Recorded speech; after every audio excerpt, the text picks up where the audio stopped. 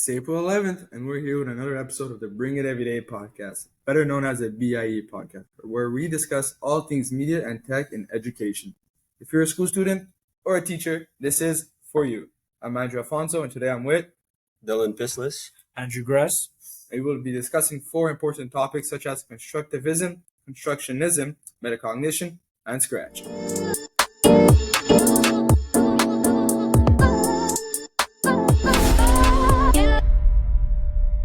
Constructivism is a theory that focuses on active learners in building their own understanding, for example, group work, enhancing shared knowledge.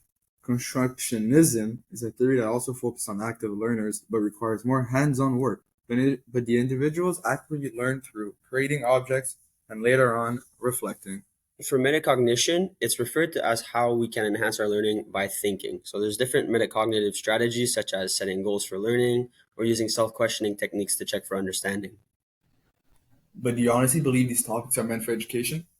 I think they do because a lot of students learn in a large variety of ways. So this means that education shouldn't really be taught in just one way. The education institutions should kind of emphasize the importance of different learning strategies because, like I said, different students learn in different ways, and it's not fair to them if we only teach in one certain way.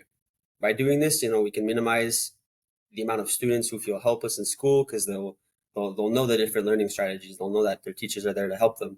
And the platform Scratch is actually a great platform for students to develop their education. Have either of you ever heard about Scratch before? Yeah, I have. It was created by Mitchell Risnick in 2007 to encourage beginners to learn how to code.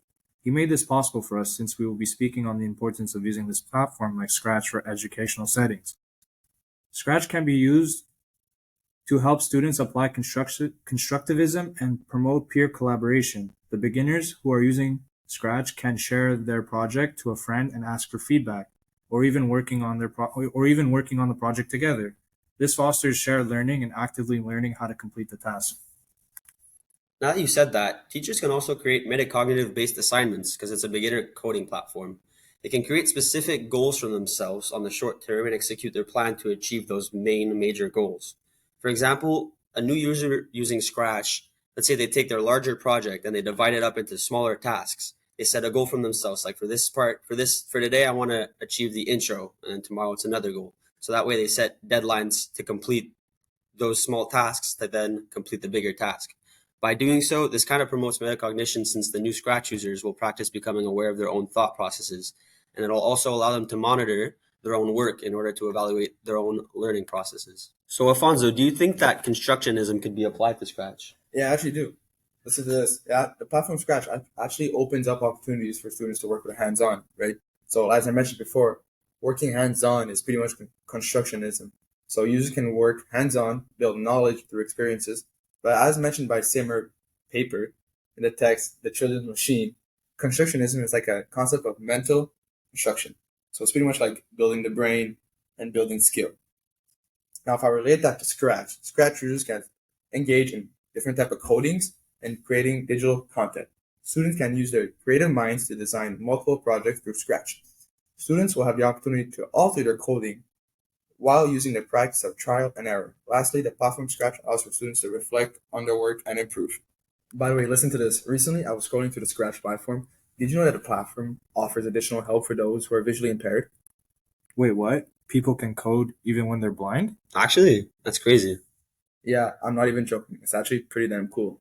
Mind you, the platform isn't fully functional for those who have difficulties in seeing, although Scratch has added some additional features to at least help those with the disability. The added features such as keyboard navigation, text-to-speech, and screen readers, meaning it can give auditory cues on what's happening on the screen for those who can't fully see. At the end of the day, we have to acknowledge the effort from Scratch. Coding itself already puts those with visual impairment at a disadvantage, but at least the platform thinks of them and tries to help them out. That reminds me of an article I read. Let me just try to find it. Okay, got it. So the name is The Relevance of Metacognition to Learning Disabilities by Bernice Wong, if anyone was interested. And basically the scientist Stanovich in 1988, he used metacognition as a tool to diagnose people with lower intelligence.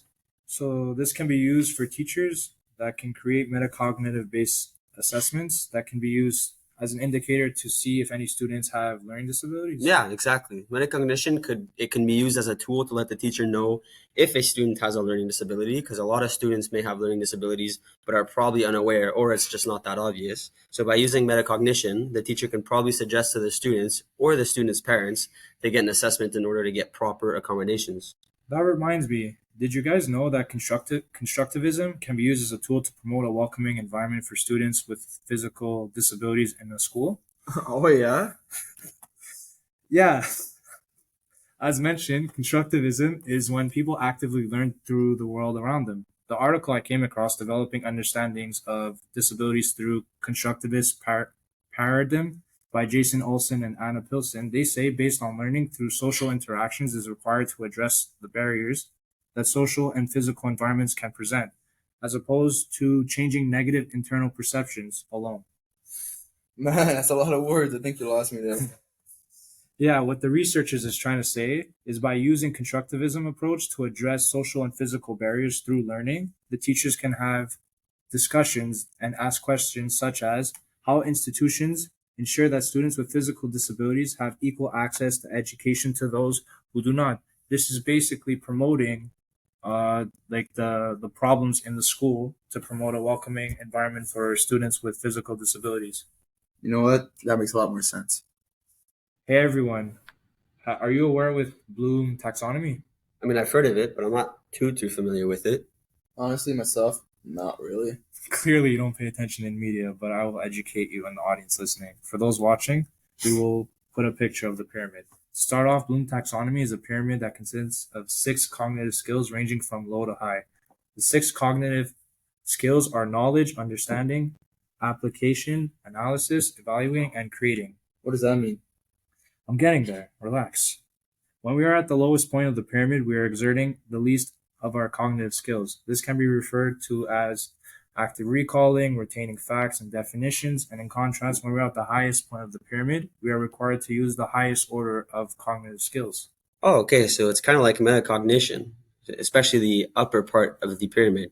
Look at it, the upper part kind of has applying, analyzing, evaluating, and creating. So it's basically taking your information, analyzing how difficult it is, evaluating how you need to go about doing it, and then creating maybe a sort of a plan, setting those short-term goals to get to those long-term goals. Yeah, exactly, because metacognition is evaluating one's own thought process. Yeah, exactly.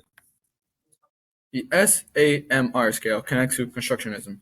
The S stands for substitution, A stands for augmentation, M stands for modification, R stands for redefinition.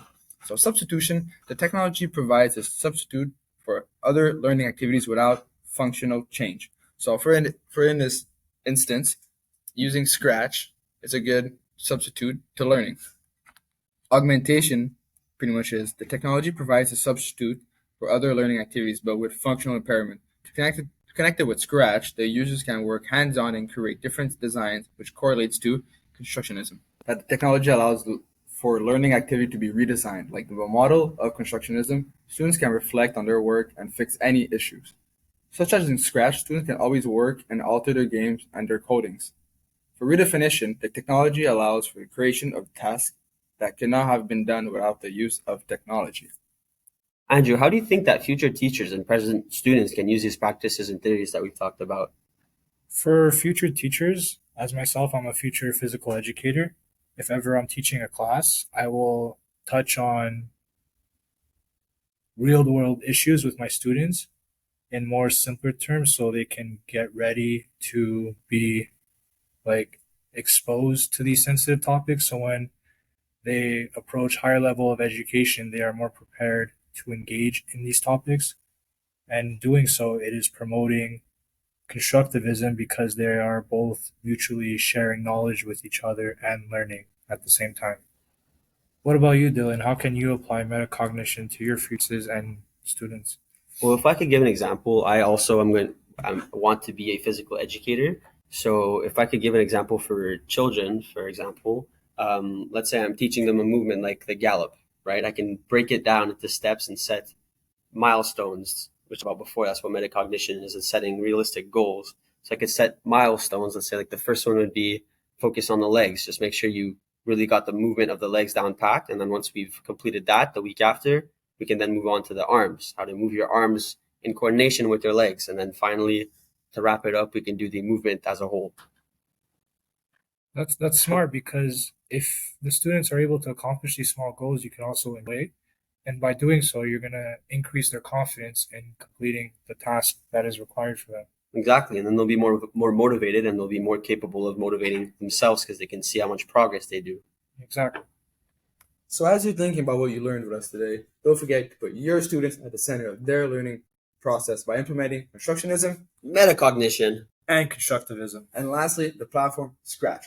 Don't be shy. Go outside your comfort zone and help develop the skills of our future generations. My name's Andrew Alfonso. My name's Dylan Pislis. And my name's Andrew Grass. Thanks for coming. This has been another episode of the BIE Podcast. See y'all next time.